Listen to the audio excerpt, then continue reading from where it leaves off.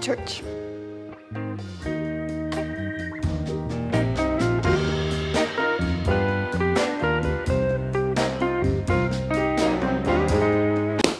Believe it or not, it's a couple days later. I ended up going to church. It was a wonderful service. And I absolutely hated the outfit that I wore, but everyone loved the outfit that I wore, which is actually just very surprising to me. I figured we would do a daily devotional because I didn't get to do one with you on Sunday, but maybe we can go and read Sundays and then we can also read today's. Okay, we've got the devotional. Jesus Calling by Sarah Young. I've had this thing since 2018. I have never went without this thing. So I've read every single day's worth. I just haven't done it every year. Like, you know what I mean. Anywho. Well, we're certainly not in July yet. Why is that even in there? Okay.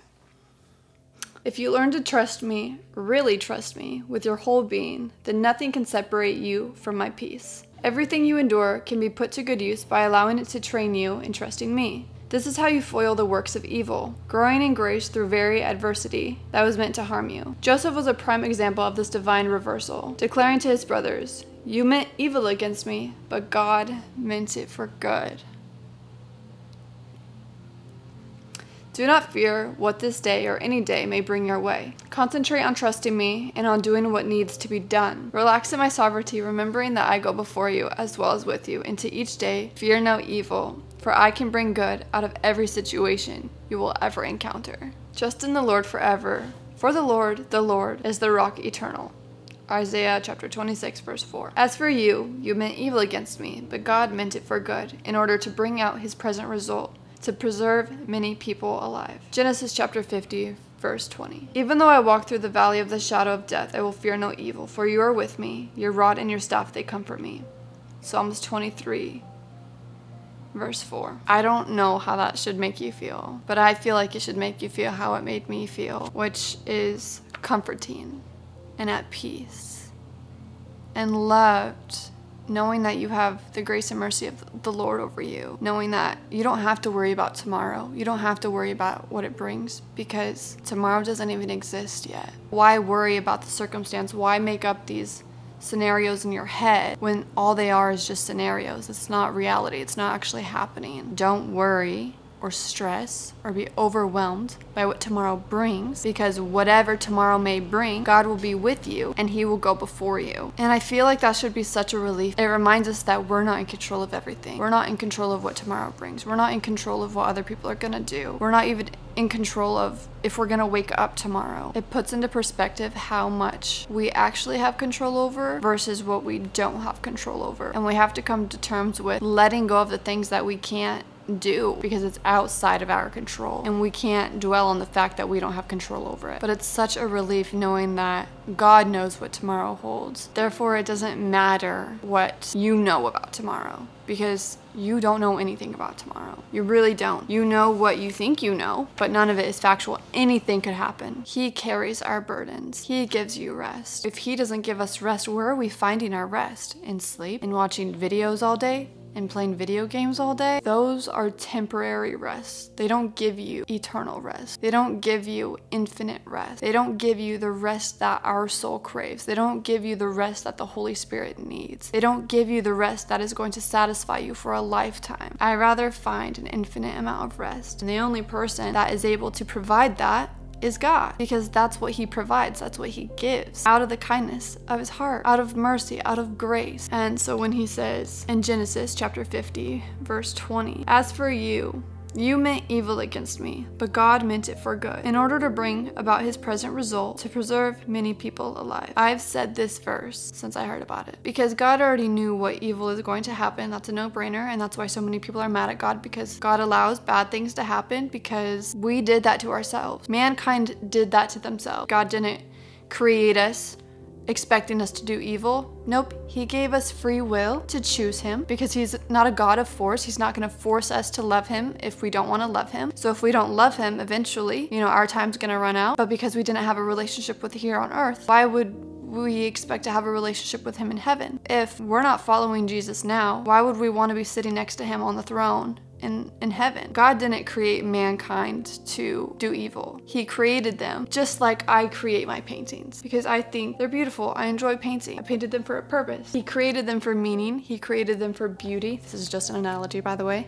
I know it doesn't really make too much sense, but he created it for beauty. He created it for meaning. He created it for purpose. He created it out of love and passion. But because he gave us free will, because he's not going to force us to love him, ultimately we're the ones choosing our fate, because in the end, we've heard about the truth. We've heard about God's goodness and God's grace and God's love and what he has to offer us and provide us. But if we don't choose him, then we don't choose him and we don't get to live with him after this life. Going back to Adam and Eve, because Eve was deceived and wanted more than what she already had, which was wisdom. She wanted to be like God because that's what the serpent said that she would gain if she had this fruit from the tree, is more wisdom and to be like God. Because she wanted that and wasn't grateful for what she already had, which was herself and her peace in the garden and Adam. That was the fall of mankind. That is where evil was born. So yes, God knows what evil each and every one of us is going to face. But if we put our faith in the Lord and his plans, and knowing that we do have the power to walk over scorpions and serpents, we have the power to drive them out. This is why we're provided with the Bible, all those 66 books of the Bible, to know how to face evil, to know how to deal with evil, to know how to deal with being deceived, to know how to deal with facing the wicked. That's exactly why we have the Bible, to know how to deal with all of these circumstances, to know how to deal with what it is that we're going to face, to prepare for what's to come, to know what once was and what will be. But because everyone has their own free will, everyone has the ability to be who it is that they want to be, everyone has the ability to believe whatever it is that they want to believe, everyone has the ability to follow what it is that they want to follow, everyone has the ability to listen to their intrusive thoughts and cause harm and do harm and commit crimes and this, that, and the other. That is all because of the fall of mankind. We can't blame God for that. We are responsible for our own actions, and God loves us so much that he gave us free will to choose him or to not choose him. And if you say that that's cruel, then you'd be a hypocrite, because you would hate the fact that I would be forcing my beliefs down your throat. But I'm not forcing it. If you're still sitting there listening to what I have to say, that's out of your own free will. You have chosen to continue listening to what it is I have to say. We can't always look at evil as it just being evil in all situations, because there's a lot of situations where evil is just downright evil and wicked and sinister. But when we try to put our perspective on, okay, even though that this happened to me, even though this is happening to me, what is there to gain? Is it more knowledge about the situation? Is it to help others? Is it to build a foundation? Is it to advocate? Is it to spread awareness? And I think that's another powerful message, because evil can be evil all day long, but God is going to do good infinitely. So whatever evil is being plotted against you, whatever evil is at your demise, the enemy can think he's going to destroy you all day long, but in the end, God wins. God wins because God is infinite. God is love. God is peace. God does not come to kill, destroy, and lie, right? That is the enemy. So the enemy can mean evil against you. God can turn it around for his good. And ultimately, who gets the glory? God does. Because if you're a follower of Christ, or if you're trying to be a follower of Christ, the enemy doesn't get any reward in the end. The only time the enemy gets any type of reward is when he's pulled you away from Christ and has stolen your identity. That's his reward. He's selfish. He doesn't do anything with it. He doesn't benefit anything from it. He doesn't benefit from stealing your identity. He doesn't benefit from stealing your soul. He doesn't benefit from deceiving you. He doesn't get any benefits. It's a selfish pleasure that he has in making you bitter, making you angry,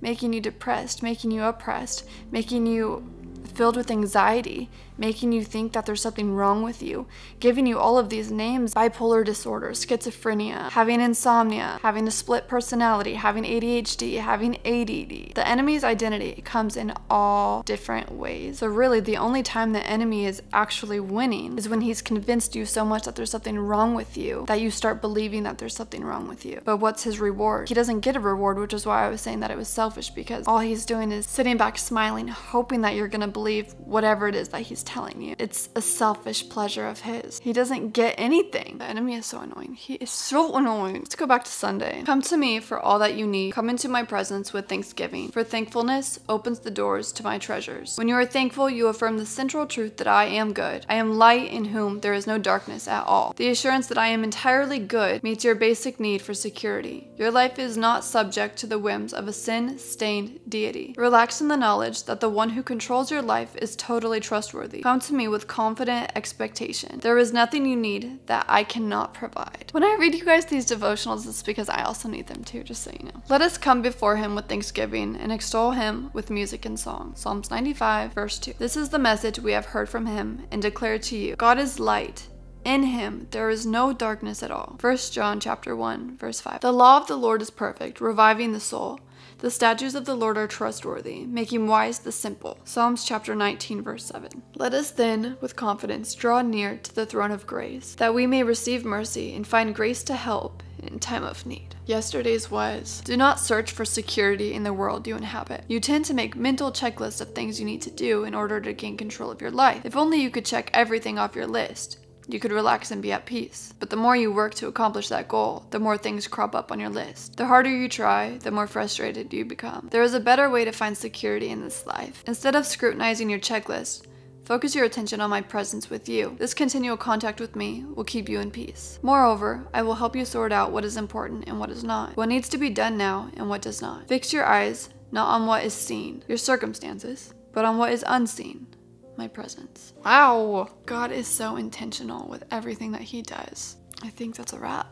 I forgot to mention that in my last video, I was trying to figure out somewhere to put Sophia and like trying to, if you haven't watched it, it's honestly a disaster. It looked atrocious. When my neighbor came over and picked us up to go to church on Sunday, we ended up going to Home Depot and getting a planter for her, and we ended up taking it to a garden center and having someone repot her for us. So look at her now. So good. Getting this here was not easy. You have no idea how much this thing weighs. We had it delivered here.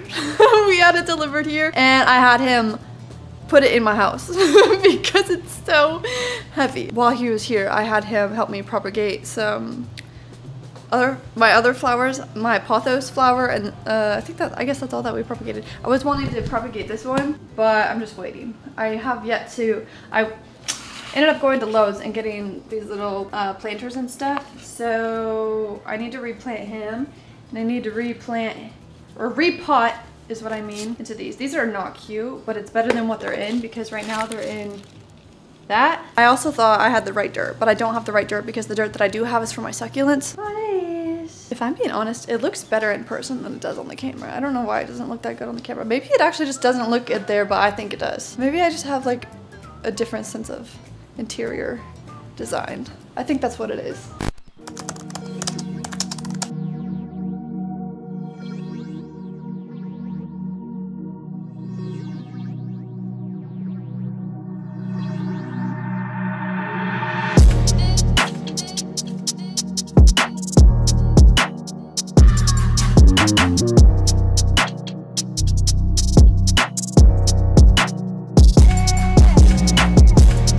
Oh no, I said, how's it feeling? It hurts. Have you had it?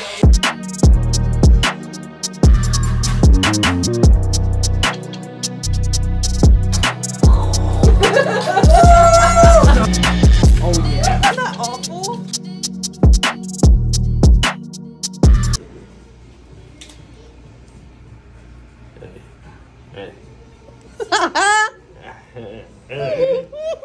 All I'm saying is, how you doing? How you doing? How you doing? Would you like the ricotta on your pizza? You guys got Wi-Fi? Yeah, let me tell you something. That's bad.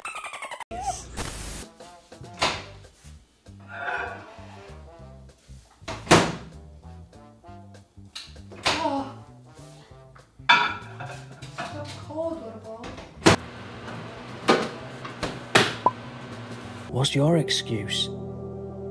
If you could count your murders, how long would you be counting? And I'm sorry for scaring you, but I didn't know being seen would cost me my life.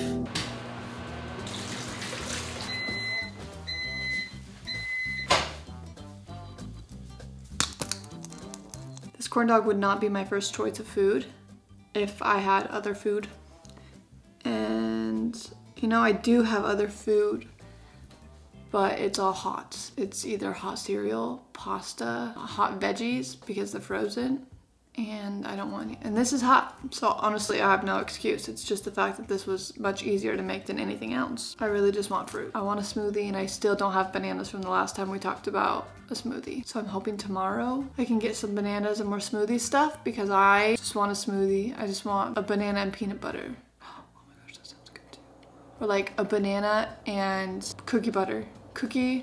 Yeah, I think that's what it is, cookie butter. I'm feeling fantastic as far as my stomach goes. The first session of the outline of getting my stomach done, it hurt so bad. It hurt him putting the wrap on hurt super bad, because obviously the numbing cream is done worn off by then. It hurt to put my shirt down. It hurt to walk. It hurt to sit. It hurt to move. It hurt to do anything and everything. Like when I got home and I took Dace potty, I was moving so slow because it hurt so stinking bad. I'm a stomach sleeper. I knew that I couldn't sleep on my stomach, so I was like forced to sleep on my back, and then I ended up sleeping on my, I've been sleeping on my back ever since, and it's just been super comfortable. I think I adapted to that.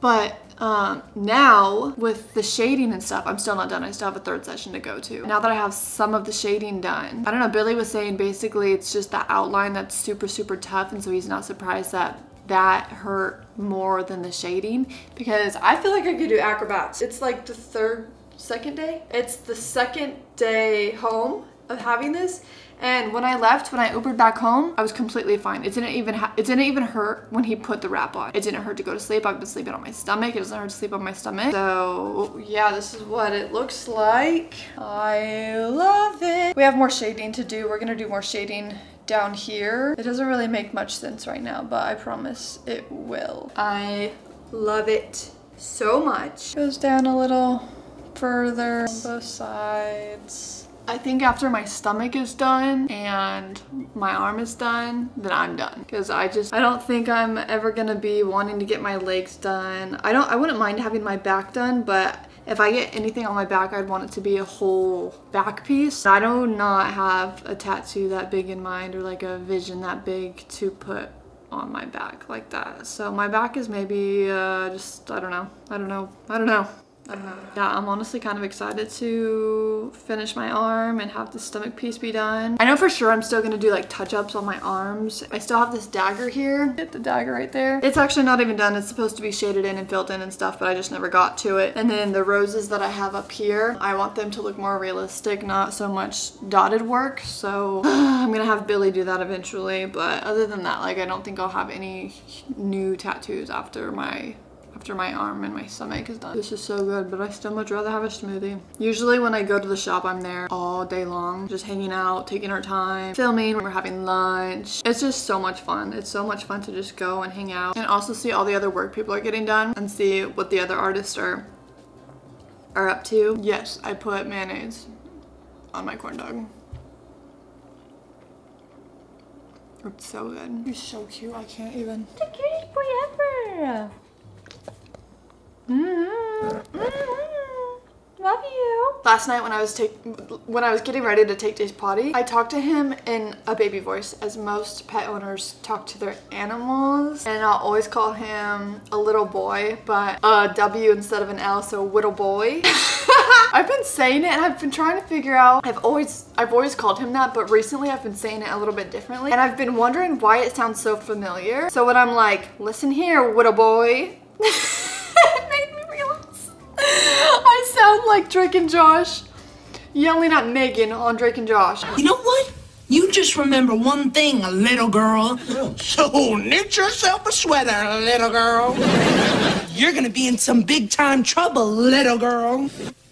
Listen, little girl. And I'm like, oh my gosh, I literally sound like Drake and Josh when they're mad at Megan or when they're talking to Megan. And now I can't get it out of my head. Now every time I say it, I think of Drake and Josh and Megan.